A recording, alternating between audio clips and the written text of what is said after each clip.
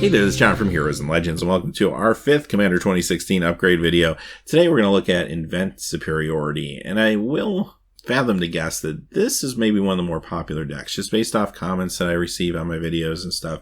I would say this one and Breathe Lethality seem very, very popular at the time. I mean, personally, I like all 5, and I'd like to get a chance to play with all of them sooner than later. I've gotten to play with this one already, though, and it is a lot of fun. So, having said that, quickly before we get started with the potential upgrades, if you check out the description below, you'll see some links to our Amazon affiliate store. If you make any purchases through any of those links, a small percentage will come back to help support the channel. Always appreciated. There's also links down there to our Patreon page, and that's also another way to help support what we do. So thank you in advance for looking at those. And having said that, let's get into the cards.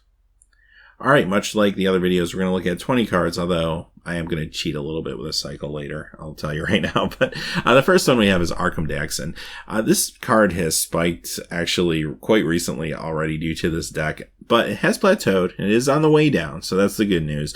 But you're going to see a lot of this in our picks. We're just looking for different ways to kind of manipulate the board state in the situation. This time you can tap target artifact creature's controller sacrifices it. That player may search his or her library for a non-creature artifact card, put it into play, and shuffle the library. So you can use this to your advantage, or you can target an opponent and get rid of a Hindersome artifact creature and make them replace it with something else. So there are times it can work either way. Goblin Welder, another similar card. This time exchange target artifact a player controls for target artifact card in that player's graveyard. Now, this deck is all about throwing stuff in the graveyard, and so it is an artifact deck, but it's almost like a recursion artifact deck. It's a very interesting build. I really like what they did with it. Goblin Welder can definitely give you some advantages here. And again, you can also mess with opponents. You can target an opponent with this too. Guardian Beast. Okay, maybe this is kind of the fun pick of the day. This is a very expensive card at this point. I think it's close to about $100 now. So it's, I think, between 80 and 100. I wouldn't recommend going out and picking this card up, particularly just for this. But if you happen to have it in your collection, it's kind of a fun, quirky card. The big downside of this, though, is it does not protect artifact creatures, just regular artifacts. So that's kind of shaky in this deck. But if you want something quirky from the past to throw in here, this is kind of a fun choice. Marionette Master. Okay, now we're talking about a power choice here. And this is from Kaladesh. Very affordable, easy to find card right now. And this can do some serious damage. You play this card, it comes in as a 4/6. And then whenever an artifact you control, and that could be a token, is put into a graveyard from the battlefield, target opponent loses life equal to this thing's power.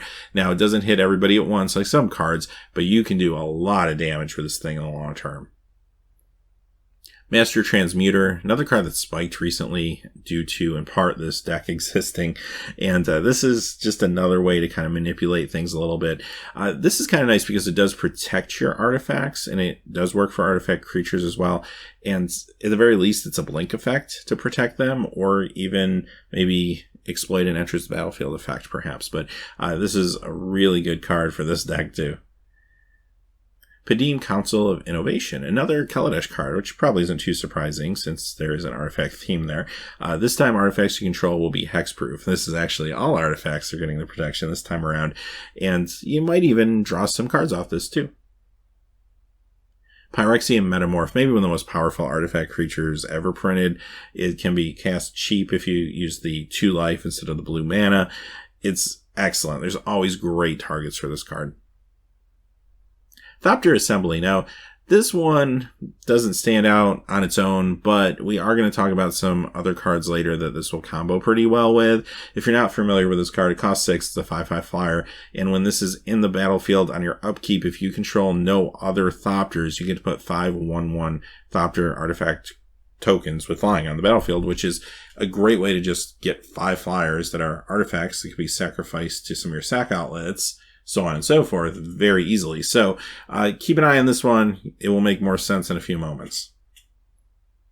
Wormcoil Engine, another super powerful artifact creature. What I like about this is if you do sacrifice it or it gets destroyed, it splits into 2 tokens, which is very awesome for 6 mana. Duretti Ingenious Iconoclast. Okay, this is one of the 2 Planeswalkers I picked out specifically. This one's from Conspiracy Take the Crown, and this is a cool card. Like, this does everything this deck wants to do. I feel like they almost knew this deck was coming when they created this card. But, I mean, first off, the +1 of putting a colorless construct artifact creature token with Defender on the battlefield. So you get yourself a defender that you can sacrifice to do a lot of broken things later. -1, you can sacrifice an artifact, so it even has a sack outlet built in. If you do destroy target artifact or creature, so it protects itself, it protects you from any threats that are out there with some pinpoint removal. And then that -6, choose target artifact card in a graveyard, which is very relevant to what you're doing, or on the battlefield, and put 3 tokens that are copies of that onto the battlefield. Great card, so versatile, and only costs 3 mana.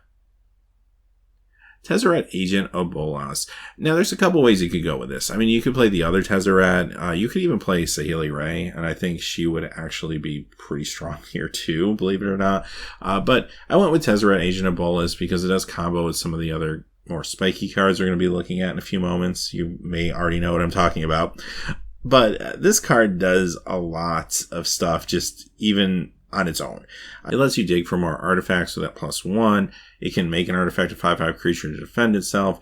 That -4, if you have a lot of tokens in play, is devastating. Target player loses X life, you gain X life, where X is twice the number of artifacts you control.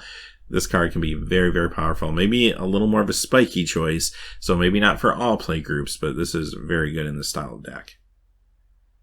Scrap Mastery. Now, this is basically kind of like Living End for artifacts, which, again, perfect in the late game for this deck. You're going to be throwing a lot of stuff in your graveyard as the game goes on, and this is a way to bring it all back later, or recover from a board sweep, perhaps. Very, very strong. Ashnod's Altar. This is a way to convert creatures into mana. And now it doesn't work for artifacts in particular, but it does work for creatures. So your artifact creatures will work here. This is a very powerful card. It's part of some very powerful combos throughout Magic's history. So there are a lot of combos you can throw in. We're going to talk about one in particular in just a moment. Krark Clan Ironworks, basically another version of Ashnod's Altar. This time you can sacrifice any artifact to get your 2 mana. Mox Opal. Typically in these videos I don't talk about tutors or mana bases that much because I feel like they're kind of self-explanatory, but this one's unique. It is a Mox, it has Metalcraft, so I wanted to include it just so it stays on the radar. It's definitely a great card, gives you awesome advantage, and potentially could be sacrificed for value later. Mycosynth Lattice. This one's actually pretty good in this deck, turning everything into artifacts. And so you have a lot of Artifact Matters cards, so you can kind of fill in the blanks here with this one. Just turning everything into artifacts can be very, very powerful. Also messes with like color hosing and stuff like that. Sword of the Meek. Okay, I've been alluding to this for a little while now, and those of you who play Modern very familiar with the combo we're looking at right now. Sword of the Meek, this is a very spiky combo, this and the next card we're going to look at. So this isn't for all play groups. A lot of play groups may not appreciate you playing this combo, quite honestly. But if you have a more spiky play group, I definitely thought it was worth talking about. Now, this is the card that's going to work well with all these little tokens that we're talking about. And it combos perfectly with Thopter Foundry. So if you're not familiar with this combo, basically what happens is you sacrifice the sword, you pay 1 mana, and you get a 1/1 blue Thopter artifact creature token with flying, and you gain a life. Then when that enters the battlefield, the sword gets to come back into play.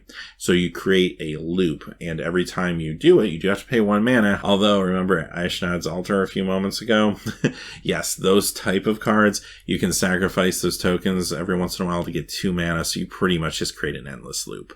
And you can make as many of these things as you want, gain as much life as you want, and you can even use Tezzeret Agent of Bolas to get the damage across immediately if you can ultimate him. So, yeah, it's very spiky, but again, I thought it was definitely worth talking about. Time Sieve. Here's another way that you can just make sure your combo keeps going if you run into trouble, and that's by taking 5 of those artifact creatures and giving yourself an extra turn. This is recurable too. Notice you just tap to make this happen. Very, very powerful card in certain circumstances, but even if you're not going super deep on that combo, this is still a good card. You're going to have artifacts available to you, and there's times where this just becomes a lock. All right, let's look at the last card of the day. Actually, cards of the day, because I cheated here. We looked at part of the Meriden artifact cycle with Ancient Den, Vault of Whispers, and Great Furnace. Now, of course, you can't use the green one, but the blue one, Seat of Sanad, is already included in the deck, as well as Darksteel Citadel. So you have a couple artifact lands. Why not have 5, right? So this seems like a no-brainer. And again, I usually don't talk about mana base, but this goes a little bit beyond the mana base, because this actually affects the other cards in the deck and plays into that Artifacts Matters theme. And it's just such an easy upgrade. You take out a Plains, a Swamp, and a Mountain, you put these 3 in, and your deck's that much better. It's incredible. So definitely think about picking these up. This is perfect for this deck.